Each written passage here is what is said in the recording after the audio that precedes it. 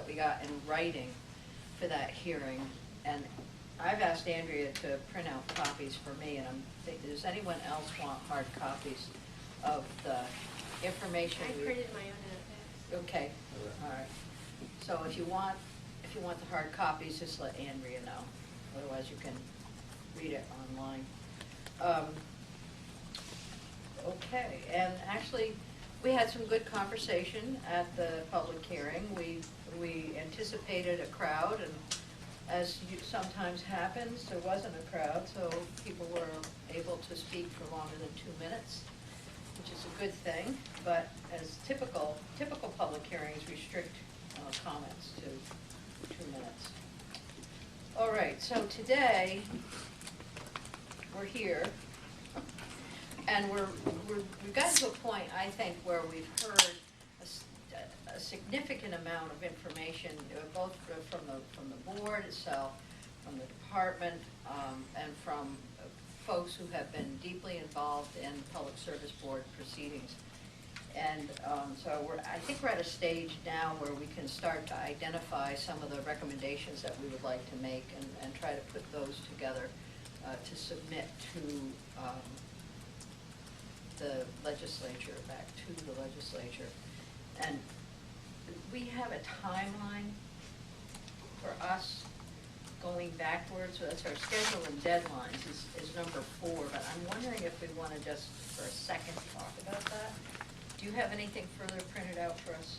No. Andrea, just what we had the first time. So our next meeting is on November 3rd, and when we worked backwards initially, I think we said we wanted to have our recommendations complete as close to Thanksgiving as we can get. Yeah, well before Thanksgiving, the board schedule, hearing schedule, will need to be. So we had said November 3rd for an initial draft document. And that would allow some time. There might need to be an extra meeting potentially between then. Well, you have the 17th. We have the 17th, and that is the week before Thanksgiving. Yeah, so that could be the opportunity to make final changes. Okay.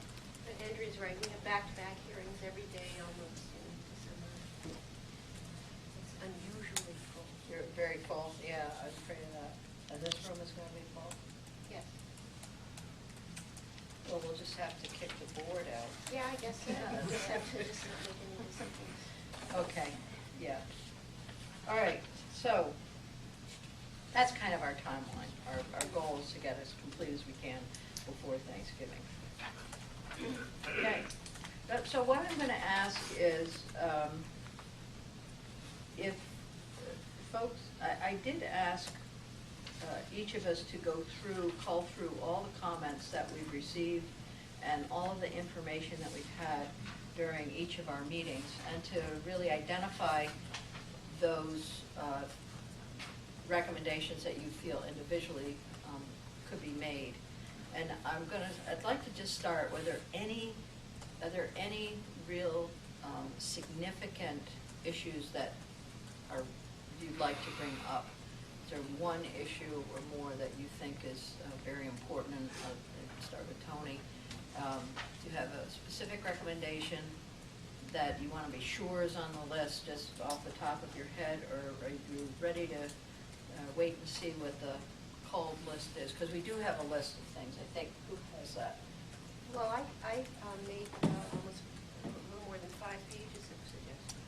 Oh, good. I didn't. So, I guess I should say this now. I think it's important that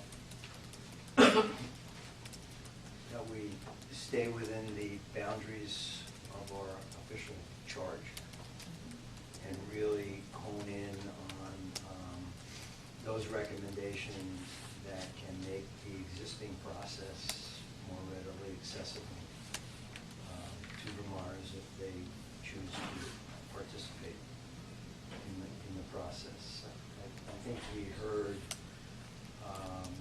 more about suggestions or thoughts or ideas that don't fit in the boundaries of that charge. And if people want to pursue them, they certainly have the right, and they have the ability to petition the legislature to take those things up, if that's what they want to do. I would encourage them to do that. But I think it's pretty important that we limit ourselves to that. And if we limit ourselves to that, I didn't hear a whole lot of difficult things to implement. In fact, I think I heard that the Public Service Board is already enacting a lot, if not most of the things that we heard suggested, and we just haven't, I think it's been impossible for the public to yet see the fruits of those enactments. I heard, and I think it was articulated by one witness that I was thankful for, to say, well, I'm really I'm not here about how we can how the public can better participate in the process. For me, it's about how the public can better participate in the decision making. That's not our charge. But I think that maybe I'm wrong, maybe I'm paranoid, but I think that was the underlying theme of a lot of what I heard folks talk about. And I know that probably stems from the frustrations that they have experienced in the process. So from my perspective, I think we already have, I think there's a good list of stuff that we can suggest to the legislature, and I don't think it would take us that long to wrap up our work. Well, I'm hoping not. I think you're right, and that we should be sticking to the charge that we have before us, and the interpretation of that, I suppose, it could be stretched depending on who you are, so your perspective. But I think you're right. And I would ask one further question, probably a group decision. Are we going to expect that every proposed recommendation be supported by the majority of the committee, or are we happy to just forward every suggestion that any one of us thinks is, and quite frankly, I don't have an opinion on it. So I would say that's a question that maybe we can answer after we've had an opportunity to see what's there and what's not there. Let's hold that thought. But I agree with you, there has to be the conversation about minority opinion, or putting everything in and saying that not all are supported by all of the group. I mean, there are options. But let's see what we have first, and then we can talk about them individually, and perhaps there's a way to deal with that, respond to that question. So Judge Mello, I'm going to turn to you. You're next in line. Do you have anything you'd like to say initially in identifying recommendations or how to proceed? Yes, thank you, Senator. I'd like to follow up on Representative Klein's statement. And it isn't because I necessarily disagreed with him, but I think it deserves some discussion. But before I do that, is there a list of recommendations somebody's pulled together? I'd love to see it. So I understood our homework to come up with some suggestions, and the way I took that task was to essentially list a number of ideas that have risen to the surface as a result of conversations among staff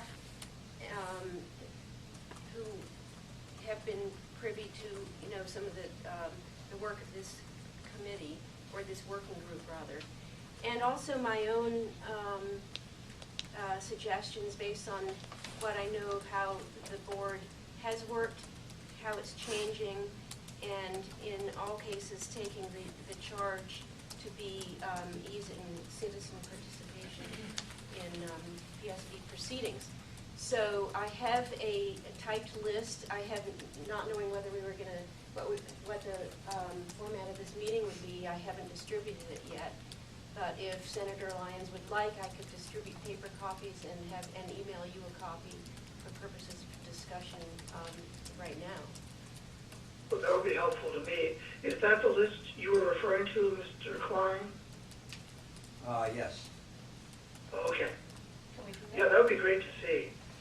Would it be possible to email that to the judge? Yes. All right. So in the meantime, let me respond to Representative Klein's comment. And again, I'm not suggesting that I necessarily disagree with him, but let me just put it on the table. Many of the comments we've gotten, and these are probably the ones that were most emotionally presented to us,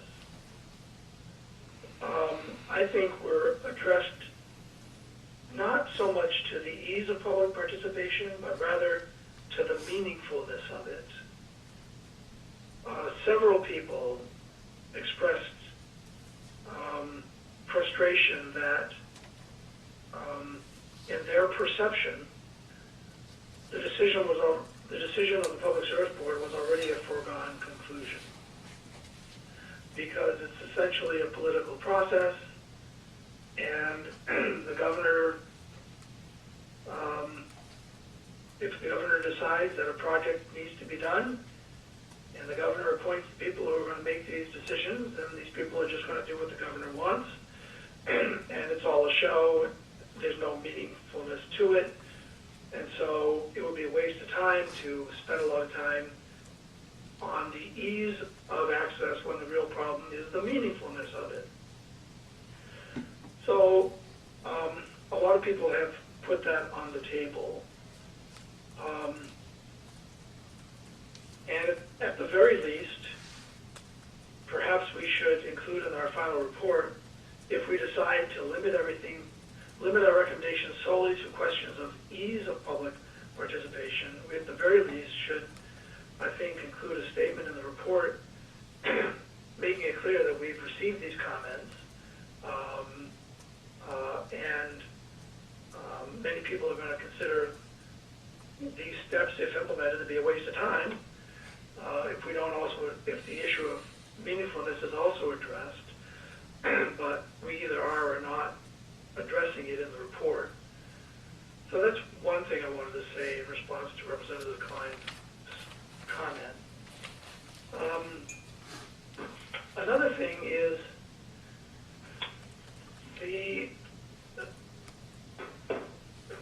a number of people have expressed frustration with dealing with the department.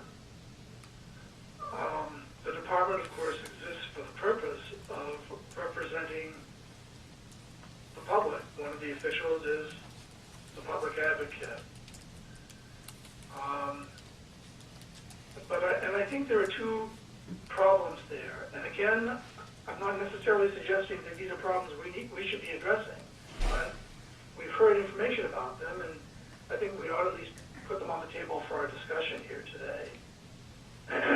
One of those problems is that, well, there are three problems. One is that Public Service Board proceedings traditionally involved electric companies, gas companies, and telephone companies, utilities, huge by Vermont standards utilities. More recently, they're including much smaller utilities, and they always had little water supply companies too, but their processes were really set up to provide due process to the parties in these great big cases. And so their procedures are really very formal indeed, much more formal than the procedures used by the the Act 250 people, even though they are also supposed to be quasi-judicial and following the Administrative Procedures Act. The one problem is that the board traditionally, because of its history, the process is a very, very formal one, and these big cases are immensely complex.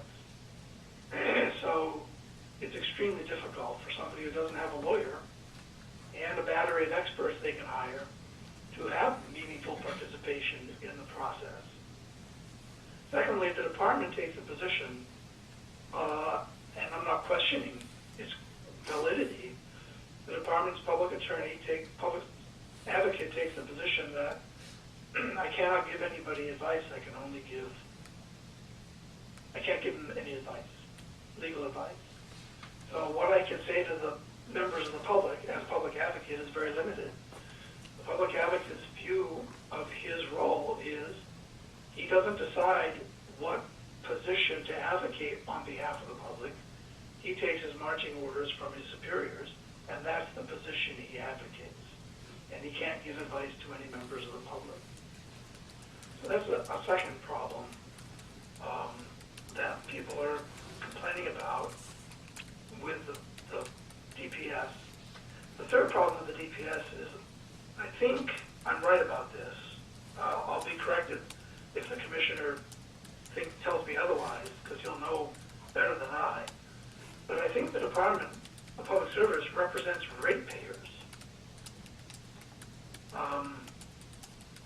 which are, in traditional utility law, really the equivalent of the public, because it's the big utilities versus their ratepayers. But in the kinds of cases people have been talking about with us, there are other interest groups that are not ratepayers, namely landowners who feel like they're being steamrollered by this hugely complex process. If I'm right that the department really represents ratepayers, not the public generally, then there's nobody representing landowners in Act 250 cases. Of course, they can hire lawyers of their own. But one of the complaints we've heard is, gosh, the utilities use as a hammer against us landowners the fact that, well, if you don't buckle under, we're just going to condemn your lands. We'll take it by adverse possession. And so a number of the people who have complained most bitterly to us were landowners in the 248 process of the Public Service Board hearings. So I think these are all important questions. There's certainly legitimate issues for people to be raising. If we interpret our mission narrowly to be addressing only the ease of public participation, making it easier, that's fine, and that is what the statute says. And if we say nothing else, nothing in our report to the legislature about any of these other issues, we'll really be talking about the tip of the iceberg in terms of the complaints we've received. In other words, we'll only be reporting to the legislature on a small part of the complaints that we've received. So I just put that out there, again, not because I necessarily disagree with Representative Klein, but I just think that if we take that narrow view, we should understand that we're going to be not talking about perhaps the majority of the complaints we've received from members of the public. I'm going to give Tony a minute. Do you want to? There's something he said, though, that I think needs to be Okay. Go ahead. corrected. This is Margaret Cheney, and Commissioner Chris Recchi is not in the room, but our General council has the statute about who the department represents. You were wondering whether it's accurate that the department just represents ratepayers, so I thought that we should address that. Let's do that. Hi, Judge. It's June Tierney here. Under Title Hi. Hi. Title 30, Section 2 lays out the department's charge, and it specifically says that in cases where hearings are required, which would be in a 248 case, for instance, the department, through the Director of Public Advocacy, shall represent the interests of the people of the state unless otherwise specified by law. So, and to my knowledge, under 248, and Jeff, you'll correct me if I'm wrong, 248 doesn't specify otherwise, if I'm not mistaken. So there also is a more newly added provision about how the department is supposed to give particular attention to ratepayer issues in rate cases.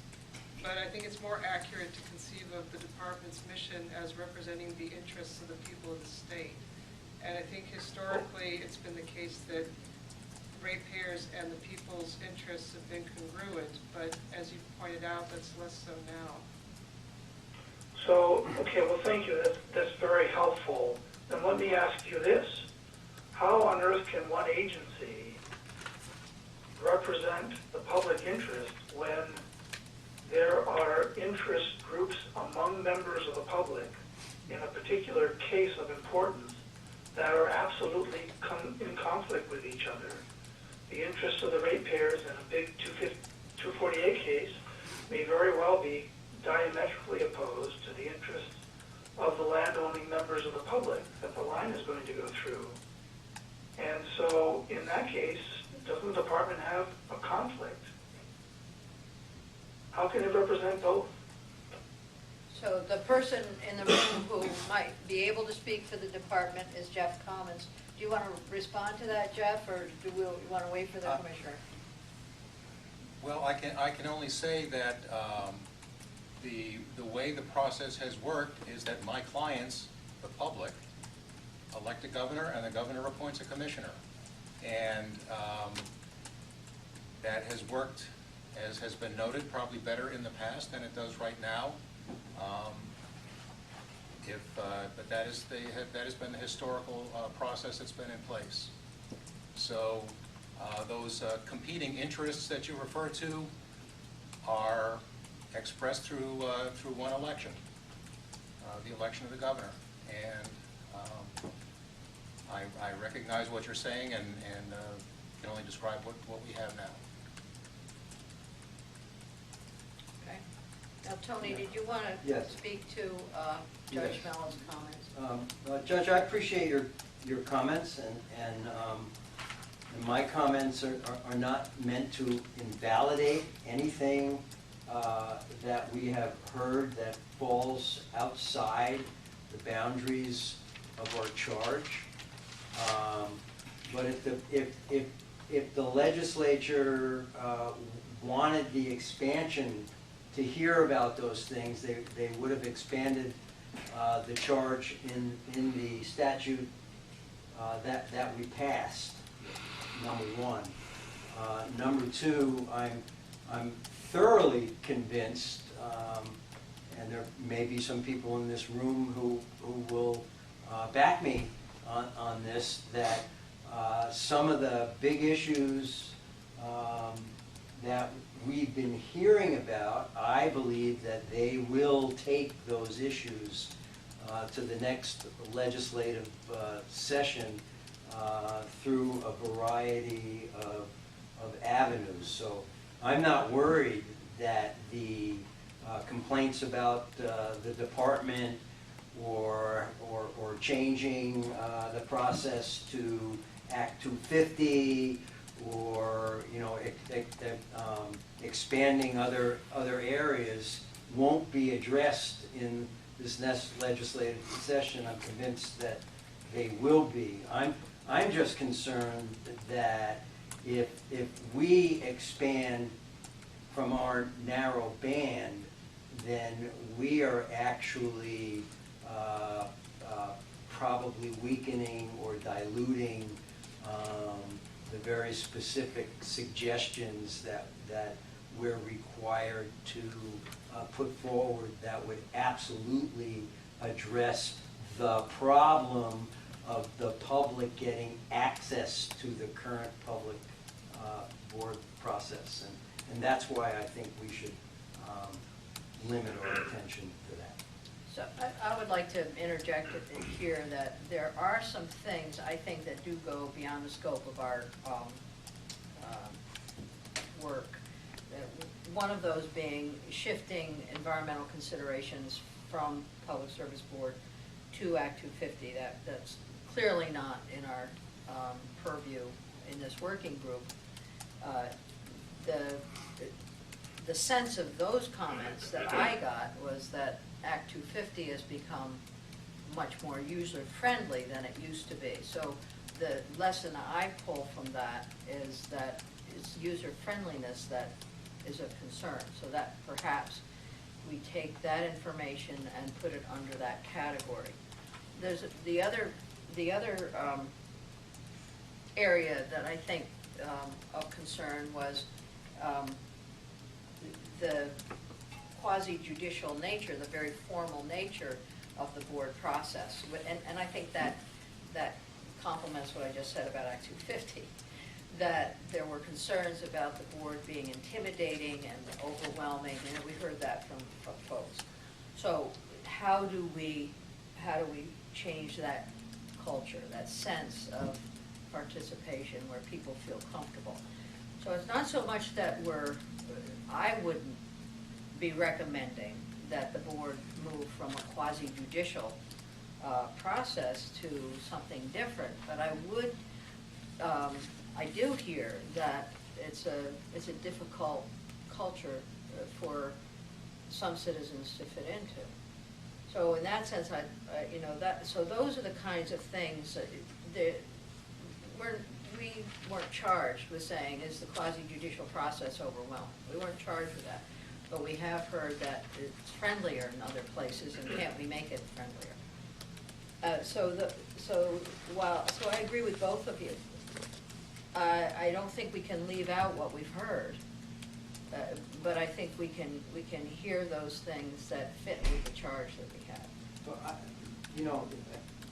that's right, and I don't think it's outside of our I think it's within our charge that if we were to explore a recommendation that on some of the non-utility or the smaller, less common, intense, intricate projects that we could make if they couldn't do it already, that we could either recommend or by statute create a process where the board could sit with the public in a non-contested, and even not a workshop where all the other highfalutin lawyers are not in there, and the public could absolutely state their concern to the board itself. And I think that's a good and valid recommendation that would not require the public to have attorneys and would not require them to be intimidated or up to snuff on all the processes and the laws, but that they would feel comfortable and welcome, and that they could speak in their own terms, in their own language, and the sitting body would hear it and understand it, and maybe have a question and answer with them in a real interaction, and that could probably go a long way to disarming a lot of the distrust that may be happening. Okay, thank you, that's good. So, Judge Mello, anything else that you would like to add at this point? Well, I'm going to defer entirely to you, Senator, and you, Representative, in terms of what you think the scope of our charge is, because you're legislators, and I just want to make sure. I want to put that on the table, basically for two reasons. Number one, I didn't want to disappoint the legislature by only addressing our role narrowly, if they really were hoping we would do it broadly. And secondly, I know several of the people who have made comments to us will be disappointed if we narrow our, have a very narrow view of our mission. But you guys were part of the legislature that passed the law that created our working group, so I'm going to be entirely guided by you as to what you feel is the scope of our mission. And the narrow scope that you're referring to is certainly going to be easier for us to grapple with than some of those other issues would be. Okay, thank you. So, Margaret Cheney, you have a list. Do we have that list? Can we have a copy of that list? And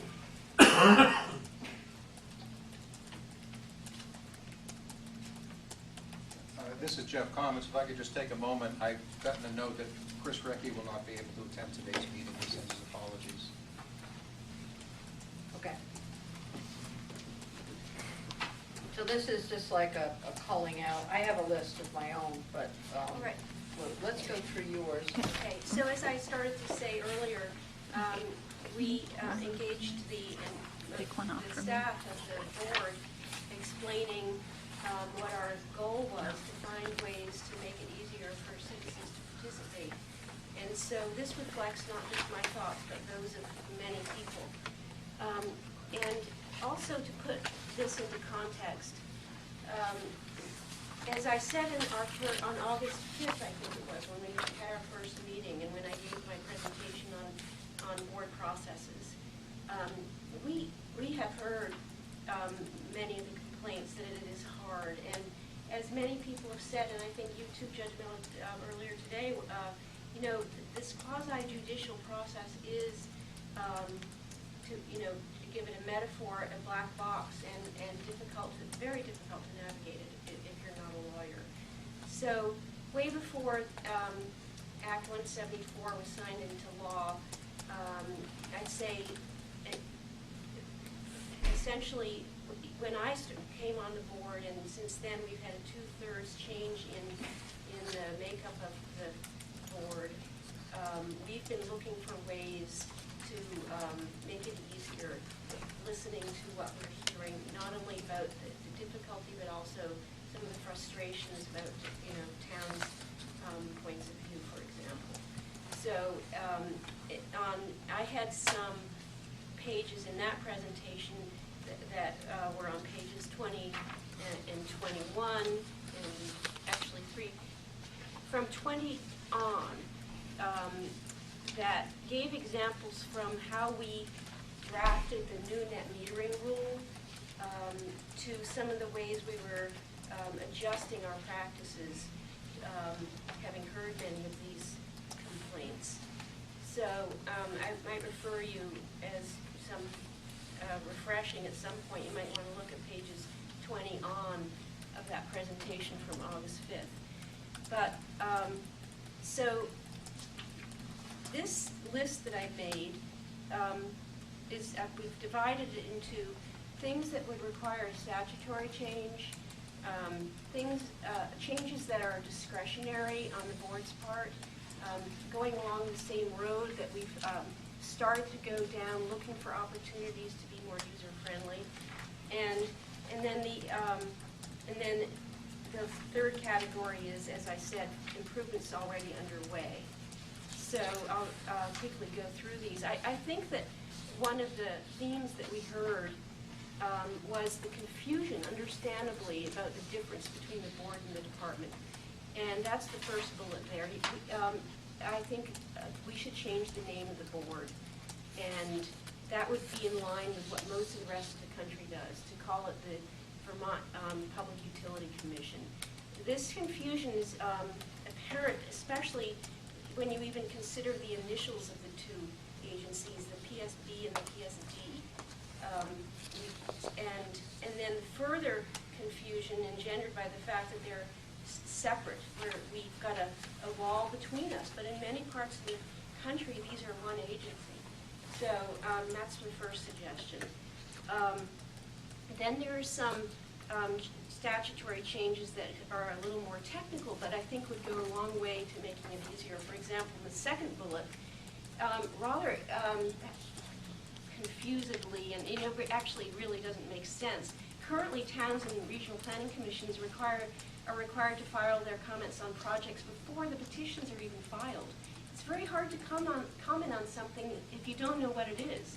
So just as a matter of common sense, have comments submitted after a petition is filed, not before. The comments of towns and planning commissions are really meaningless if they don't know what they're commenting on. And the third one is also minor, but right now we're required to publish notice twice in newspapers. Have it include a requirement to publish on our website and maybe once in newspapers. I'll get back to it, other ways that we can make publicizing our proceedings even better than that. But these are the ones that require a statutory change. I feel strongly we should bring back Vermont Interactive Television. We, on big cases in the past, we could have people come from all over the state, go to the place that was closest to them. If you lived in the Upper Valley, you could go to White River Junction. If you lived, in Burlington, you could go to, one of the Chittenden County, Burlington area hearing rooms, Montpelier, all over the state. You didn't have to drive to Montpelier, and it was interactive. You could see us on the screen, and we could see the public commenters on the screen, and it was much easier. Talk about ease of participation. Don't make people drive all over the state. That was a huge, I think, investment, poor investment, loss of investment decision on the part of the state. We've heard a lot, even before Act 174 was passed, about creating a position of a public assistance officer. We think if such a position is created, it should be at the department, not at the board, for conflict of interest reasons, because we are the deciding body, we are the court. But again, people brought up potential conflicts of interest at the department level. You brought one up today, Judge. So that's why we also think that this public assistance officer would be best dedicated to answering procedural questions and facilitating informal discussions about scheduling and other matters. And then people have brought up enforcement. Enforcement is part of permitting. If the conditions aren't followed, adhered to, there's some sense in the public that they don't know who to go to with enforcement questions, or just telling people that they think maybe a condition has been violated. So we think there should be more, perhaps in the statute, assignation of responsibility and resources for enforcement, and that it be with the department, similar to the department's role in enforcing the Dig Safe program. So you put the public advocate and the enforcement together in one spot? well, at the department, At but the department. not necessarily in the same position, no. Discretionary changes. A lot of this is about culture, and I do believe we are beginning to change the culture at the board to try to be more accessible and easier to navigate. We think that's a good thing. We want that to happen. And getting back to public hearings, right now statute requires us to publish them a certain way, but there are other ways we could expand ways we get the word out. For example, including them in calendar events, front porch forum, public service announcements on the radio. We've already started to do some of this. But as technology offers more ways, we could access those. Front porch forum is a local venue here. If we had a project that were being proposed in another part of the state, there might be a listserv where, but we would look for opportunities to make sure everybody knows that there is a hearing or other event happening. The next one is important. I've been to public hearings where the public shows up and they have a microphone and opportunity to comment, but they often don't know what the project is because we can't tell them about it. We can't take the position of the petitioner or the project developer or the department. We can only be there to hear the public comments. So I think that there should be, as part of any public hearing, a segment of time set aside before that hearing. I think logically it would be presented by the department, but the department would facilitate rather the developer or any other relevant person being there to explain the project to people, perhaps have maps, answer questions, so that when the public hearing actually starts, they know what they're talking about. It's kind of a surreal feeling to show up at a public hearing but not knowing anything about the project, but we can't answer questions about it. So I think that would be a big one. The next one is basically finding ways to send notices of all elements of these events. For example, pre-hearing conferences. Let adjoining landowners know when they're happening. Right now, they are only sent notice of the public hearing, not of the pre-hearing conference. Pre-hearing conference happens well before anything else gets underway. So let people know about every step, and then also put it on our website, of course. Allow parties to participate in pre-hearing conferences and status conferences by telephone. We've started doing that.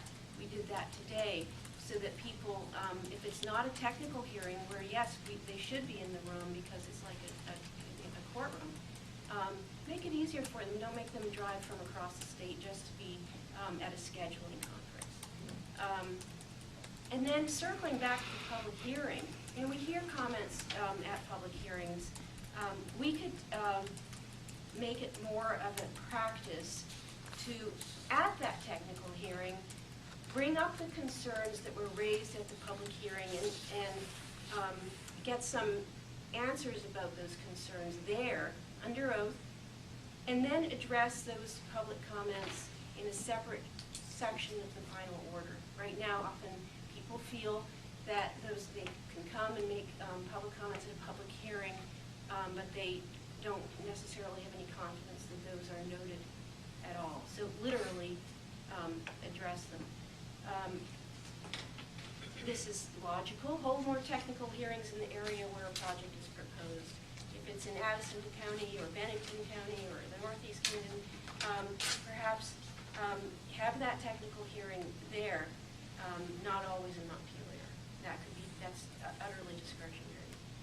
And then if we can't get VIT back, and even if we do, we could modernize technology in the hearing room to allow for streaming and distribution, for example, perhaps through public access of what happens in this room. Those are discretionary. Another area that would require statutory changes but would require us to initiate a rulemaking. This is just one example where we could change a rule to loosen our own ex parte rule to allow hearing officers to provide more procedural guidance to parties in the case. We could hold more workshops. Workshops are great because they're informal, anyone can come, it's a back and forth. A lot of what I've been hearing about, the yearning for perhaps Act 250-ish procedures is about that sitting around a table ease of interaction. I think that we could import that value where we can, for example, outside a technical hearing, have more workshop type interactions where people can just talk, and in this bullet suggestion, have an opportunity to provide procedural information to pro se interveners, so that yes, they're not a lawyer, but they can go to a workshop in this scenario and learn how to what the rules are in that lawyer-dominated world.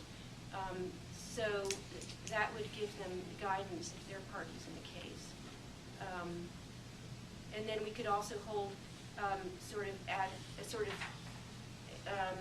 hoc workshops once in a while that they're generally held on a periodic basis outside of specific cases, for example here, or in a webinar, or in different areas of the state where pro se interveners are located. We can also direct our hearing officers to provide more information to pro se interveners at hearings. and invite questions at pre-hearing conferences and technical hearings about the board's rules.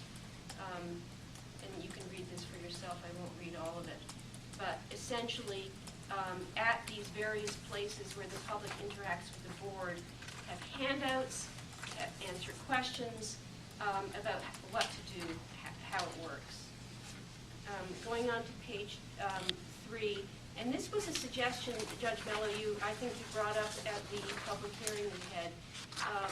Have our hearing officers and the board do more to help pro se litigants from the bench as judges do. So this is all about, a sort of shift in culture where we recognize this need and interact more informally to help provide that help.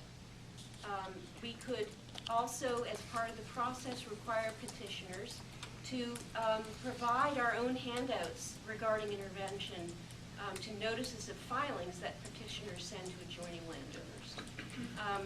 We could require, we should, I mean, these are all suggestions, not coulds, that the new, simplified, and that's a suggestion later on, Citizens Guide also be provided with the first notice to potential parties.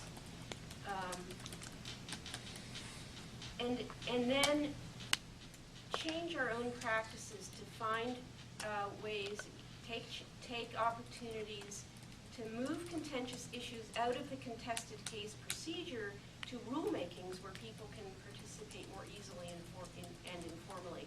And one example of that is the issue of sound standards taking place in a workshop setting, not in a contested case procedure where there has to be sworn testimony, but rather people can sit around and share their expertise and ask questions or challenge assumptions. And then I think, the list here under changing board practices, I won't go into every one, but they are ways of providing information, specific ways of doing that. So have basically a instruction booklet on how things work in plain English. The fourth bullet also gets to some of the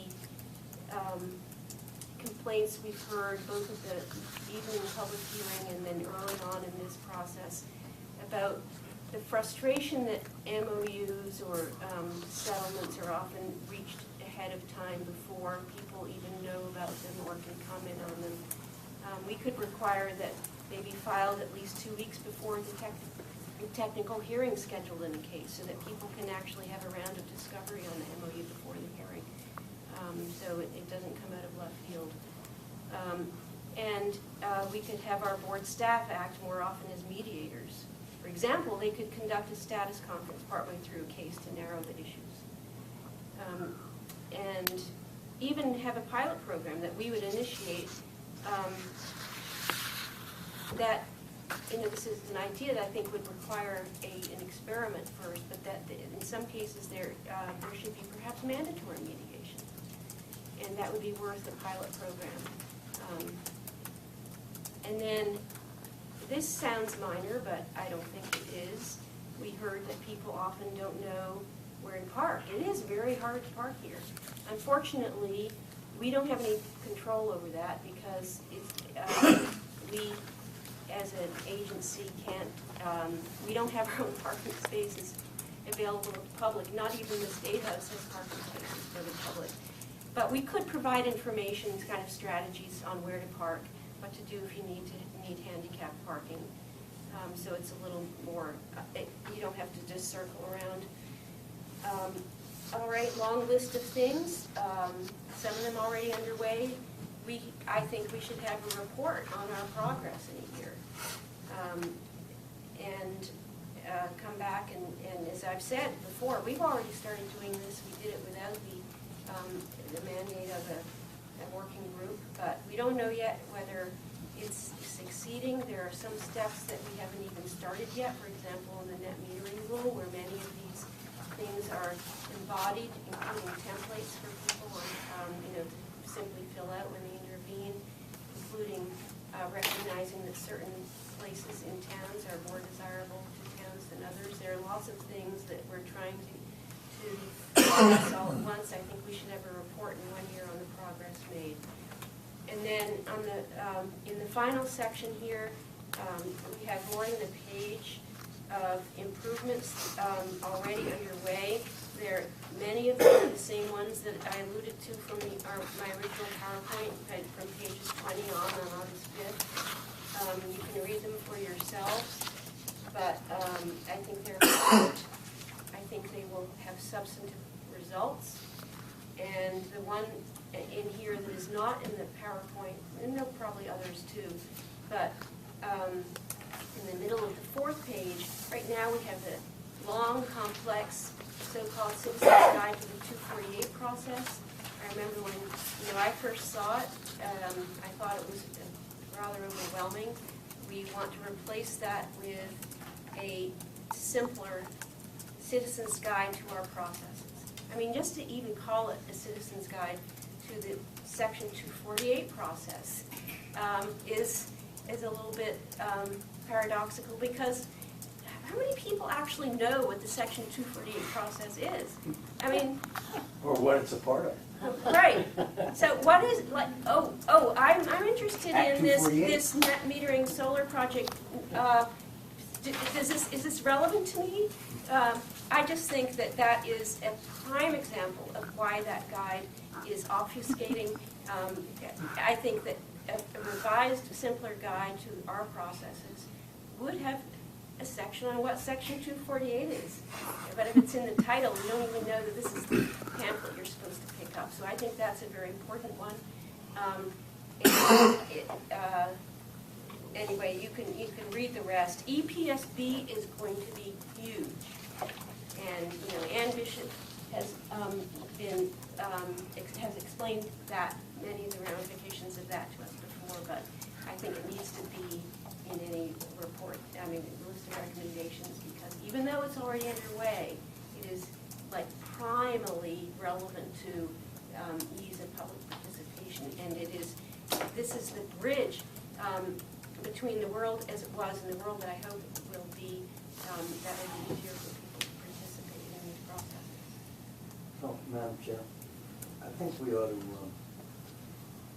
whatever we do, we should include in our suggestions a report to the legislature that does show what the Public Service Board has already undertaken in these areas, so that they're made aware of it, number one, and then duplication process doesn't. There's no reason why we can't recommend that the board continue with the following and then Right. say, Right. because Right. I think that is very The other important. question I would have to the board member is, of all the suggestions, and I thank you for this list, how much of it requires legislative action and how much of it is just your internal?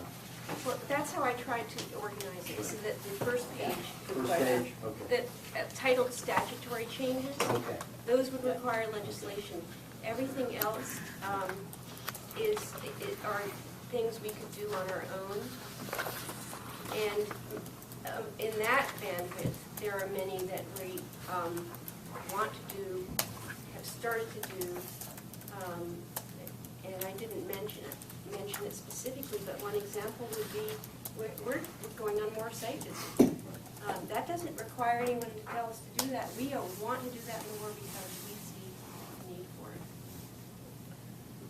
It's good. So my list is a lot smaller, but this is a lot of work, and I think it does reflect much of what we've heard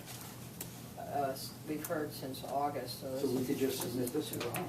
Right, almost. So I think we're almost there. There are a couple things I think we need to ask about. For example, we heard from the public access TV folks that they would be willing to take over VIT, and maybe there's a way to negotiate that so it doesn't have to be legislative. Maybe, I don't know. Maybe there's a budgetary consideration there. The comment, I'm looking at my list, so all of the things that you've mentioned are there. How do we include, if at all, Rule 51 from 250? I think that was the, sort of the cultural change, working more closely with folks. We don't have to reference another rule, but I think the idea of having a user-friendly process is very important, and when to discriminate between the more contested cases and maybe the upfront work that we're doing. Records access, we did hear from at least one or two people that having that information either online or accessible somewhere, important. Board mobility, municipal participation, and you've sort of included that with the 21-day period coming in afterwards. I think we also heard some comments about a broader period of time, but the time is not, the issue is after the filing. And then the changes to the board name or the department name, something's got to give there. Absolutely. When we start talking about parties and interveners and pro se representation, I think, one of the things that might be legislative, because it's so clearly spelled out for Act 250, is who are the parties, who participates. And I know you already have rules about that, and it's already in the statute, but maybe we should just revisit that a little bit, or we should ask the legislature to do that. I don't want to do that. Who's a party? And the reason I bring it up is if we're going to have an advocate's, a public advocate of some type, the choice is, does the public advocate advise on process, or is there a discussion that we might have on a public advocate as legal advice? And if it's legal advice, then you want to have a clear definition of who that who can avail themselves of that legal advice. I think there are some nuances to some of the things that you brought up, and so maybe individual citizens, interveners, landowners who are adjacent to projects. Somehow we have to talk about their ease of participation and the expense that's incurred once people become involved. Will the new procedures at the board obviate the need for money or not? We don't know. So maybe that's a second tier recommendation, that let's get the report back, see how it works, and then figure out if we need to have the funding or something else for the office. So those are some of the Would it be helpful things that for me to articulate, explain, gather with our legal help the party system, and because statute already does. It does have it, I know. It does say who's an automatic party, who's And how the board decides. what the steps are to become a party. So, that already is in statute. But if it would be helpful to clarify that, we could do that. It wasn't so much to clarify as it was to say, if we're going to expand the role of a public advocate, Oh, I see. so to provide legal services, then we would want to be sure that it wasn't to everyone. I see. You see what I mean? So it goes back to the question Judge Mello had about how can the department represent everyone when there's so many conflicting ideas. So, yeah. There's one thing I would have added to what I was saying earlier about the scope of the interests that the department represents. And that is that already in statute there is a provision for the board to appoint additional advocates for the interests of the public if the board thinks it's appropriate in a given case. I just want to make sure you're aware of that. Can you talk about that a little bit? Yes. The site? It's in 30. Can you hear what June is saying, Judge Mello? Yeah, what's the site, June? Yeah, 30 VSA 2, and let me get you the subsection, Judge. 30 BSA Section 2? Yeah, I think it's Section 2B, but I'm checking online here. be there momentarily.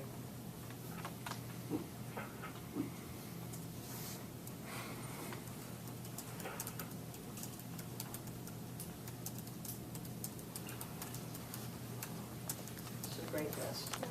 Yeah, thank you. Thank you all for putting that. Yes, it's section 30 VSA 2B, and the provision I have in mind is, in any hearing, the board may, if it determines that the public interest would be served, request the Attorney General or a member of the Vermont Bar to represent the public or the state. How is that paid for? Madam Chair, I can't be sure. I would be theorizing to say through the bill back Probably process. bill back. And then how many times in your recollection has that been used, if at all? In my tenure, it has not. That would be about 15 years. I believe Mr. Whitaker gave some testimony about that. There was a case in the early or mid-90s, maybe. It was a telecom case where that happened. Thank you. It's really good. And that's a board advocate, That's a board appointment a board appointment. of some, yeah. So because it's not been used recently, we really don't have a good sense of how it's been. Of how that works in Yeah, how practice, it that's works correct. out. I mean, are there rules associated with this? To my knowledge, no, there is a board. So, I mean, there's a recommendation, Mhm. right?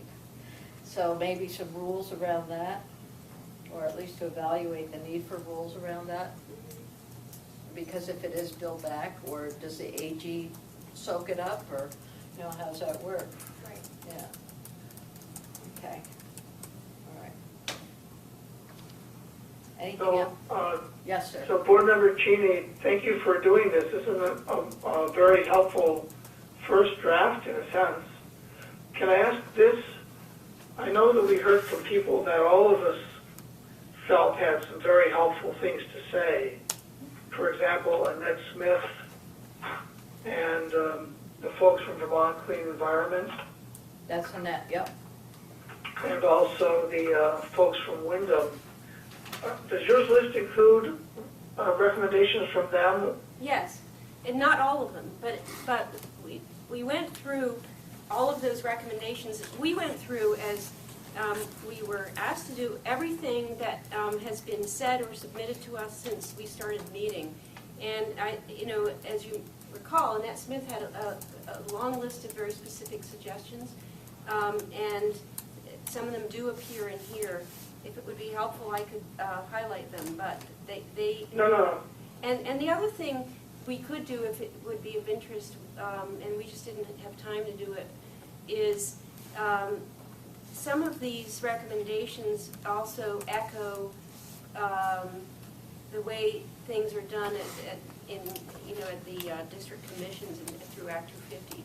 So if it would be helpful, I could highlight those as well. But that was, we were looking at every recommendation that we heard. We were considering some of the, the value behind what was articulated about Act 250 processes, especially the sort of sitting around the table and interacting more informally. So those kinds of things we tried to reflect in this list. Great. Yeah. So, and I think all of us went through all of the stuff that we had. And I guess what I'd like to do is, are there any specific recommendations that are on this list, or that we've heard about from each of us, that you would like to exclude categorically at this time? I'd appreciate some time to review the list. I just got it this afternoon. Okay. And maybe consider making some additions or changes or whatever. But it's helpful to have this as a kind of base to work from. And everyone else got it at the same time, so I think it's a lot to spring on people all at once, and I agree people need to read this more carefully. You sure? We're not ready to go? Okay. Should we set a time frame for that? Yeah, so I'm thinking, you know, what time is it? I don't have a watch. 10 after 2. Oh, okay. I'm wondering if our time is best spent together hashing this out, or if our time is best spent taking this information with us and then coming back together on November 3rd, and then really having a working group session. I'm for the latter. I don't know about you. I like pondering on things a little bit, but, I would support that. Okay. okay. Yeah, I think there's probably not a lot of benefit to be served by going through this right now. Somebody mentioned at the beginning of the meeting that they printed off all the recommendations we've received in hard copy. Whoever did that, whatever sainted person did that, could you mail me a set? Yes, That- yes. I've asked Andrea for the same thing. That was the sainted person was Andrea. Who has not yet done it. Also- Which she has not done it yet, but so she's almost sainted, You not mean, quite. that Yeah. non-existent Good. packet. Good idea, Lo. So Andrea, did you have any luck trying to get Paul Gillies or the other folks there to give us an outline of what they said? No, not yet. No, I've got extensive notes, but it would be helpful. I think Paul Gillies, Peter Zamore, Dick Sodek. That meeting is also available on ORCA's website. So Yeah. you could kind of skip ahead to the video of Yeah, when he's speaking. I could send you the link for that. okay.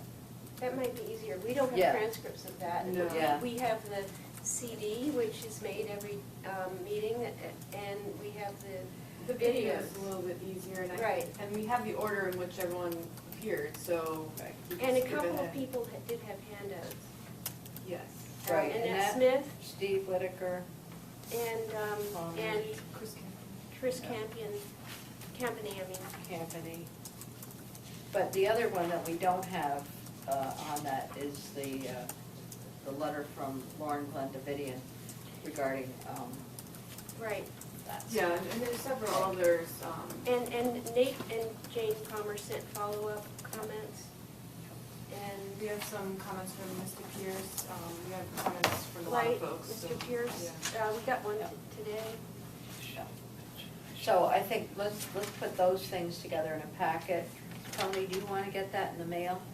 I could Yeah. s- Yes? Do you want it in hard copy? I could No, scan you it. can email Yeah, I could scan it as one document. Okay. I'm intrigued by Paul Gillies' democratic impact statement idea.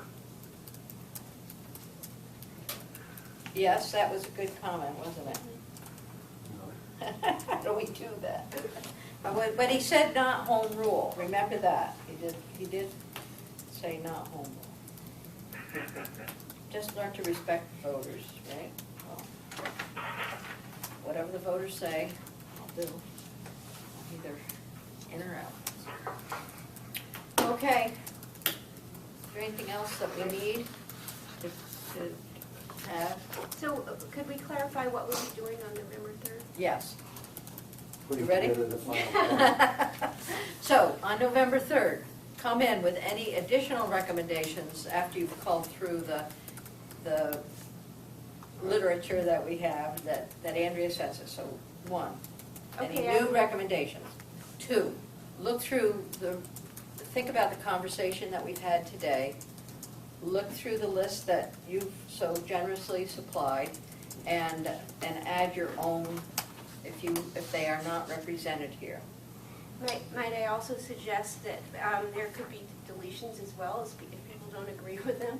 Or, yes. Or edits? But, yeah, take all of the above, so Mhm. edits, comments, and then how to combine these things into similar recommendations. Take things out, add things in, refine, the question about which ones require legislation. Mhm. So that's our goal. And next time we meet, we are going to just sit here and work together.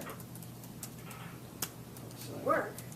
Oh, God, would we ever do that? Again, Yeah, Okay. I'm having too much fun. I know. Good. So, and then June's gonna bring us a final list. Yes, sir. Thank you, Madam Chair. Chuck Storrow from KSC Partners. I just have some thoughts Good. that were prompted by Board Member Cheney's list, and these come from my experience over at the State House on behalf of AT&T on telecom, wireless telecom permitting, which is governed by Section 248A, little a. It's a wholly different statute. Subsection E2 provides that if a town select board or planning commission wants the proponent of the applicant to make basically can compel them to come to a public hearing to present the project to the public, and the public service department has to be at that hearing. So I just throw that out as something that perhaps could be imbued into 248. So are you saying it's a good thing? It is.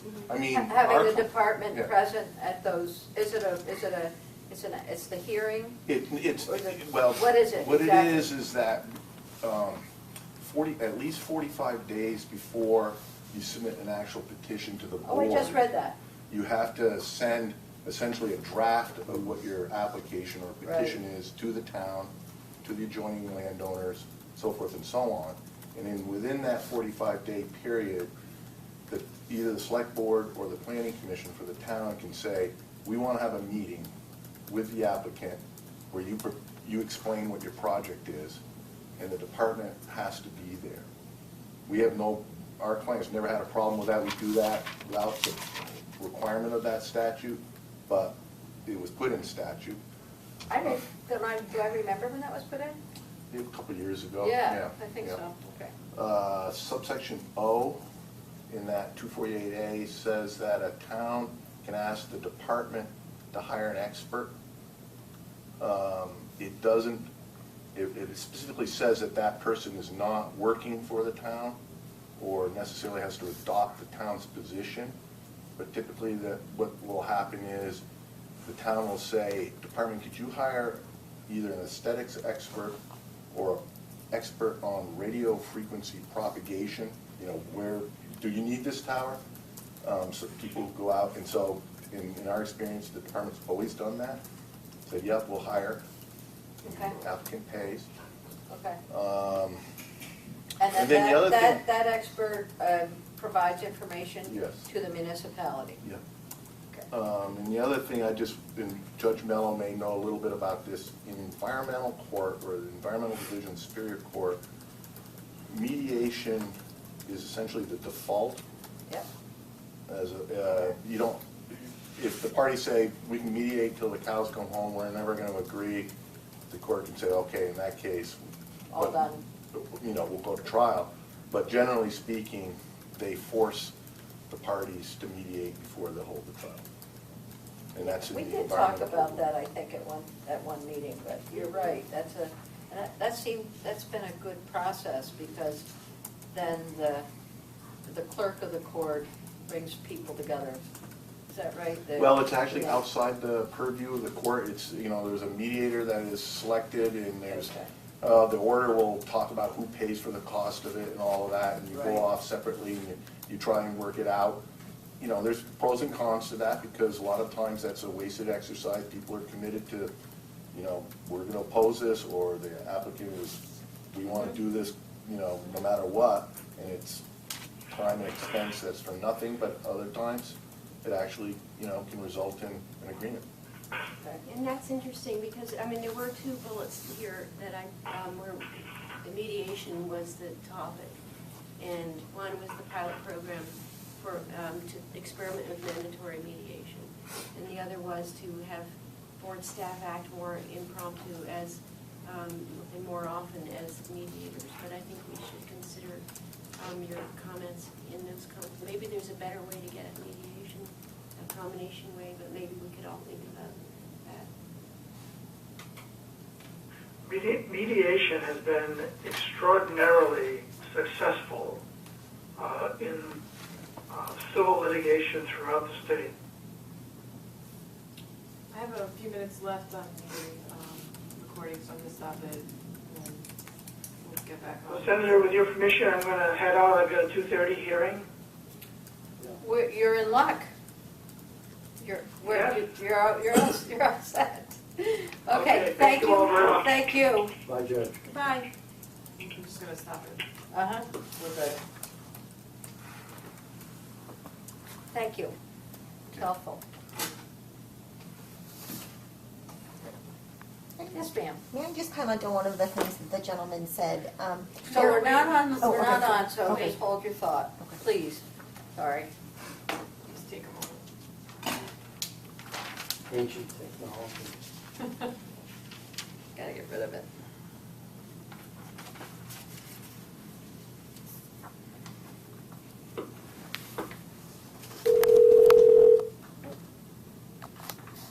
Everything we do will automatically be uploaded to the cloud. What? That's the new technology. Yeah, We won't have to have anything. It'll I just know. automatic. It'll all be transcribed. Everything we do, we just Everything have will the be big, done. big brother that just has to be. I know. We're back on. Okay, good. There have been reports that towns have actually been dissatisfied. Oh, Melanie Pizer, sorry, from Moncton. There have been reports of towns being dissatisfied with the experts hired by the Department of Public Service. I see no reason why the Department of Public Service needs to be an intermediary in that. The same funds could be billed back for a municipality to hire a consultant of their choosing and be the client, because otherwise you are back in the same problem of this conflict of interest of who is the client, who is commissioning the report. And when DPS has taken a position in a case to support a project, there, I think, are understandably, whether there are genuinely problems or not, the perception will always be, if the consultant comes back with a view that is consistent with DPS's or the petitioner, that there was something murky or untoward going on. So it wouldn't cost any more to have that done directly by the municipality, and frankly, there would be less administrative cost and less burden on DPS staff in order to administer that. So that's certainly that's That a would be a nuance for legislative. conversation. I think that's beyond our scope, but certainly having mitigation in place to ease citizen participation is not beyond our scope. So, but how to make that happen, I think, is what you're saying. How would that be? Just be to amend Most that effective. And part of 248 to allow that to be yeah, done. so I'm wondering if, you certainly, as a board, the board could certainly, under its discretion, have the pilot. Then how it's done would be open for conversation. If the legislature wanted to order the board, to have a pilot, they could do that as well. Yeah, and I think often, mediation just as if you boil it down to what it really is, it's getting people to talk to each other, right? You're facilitating a conversation, and I just think that, we intend to look for more opportunities to have that happen. Good. Okay. Anything else? All right, so hard work between now and then, and November 3rd, we're back together, and we'll try to hone the list. Period. Thank you. Thank you. Thanks. Good.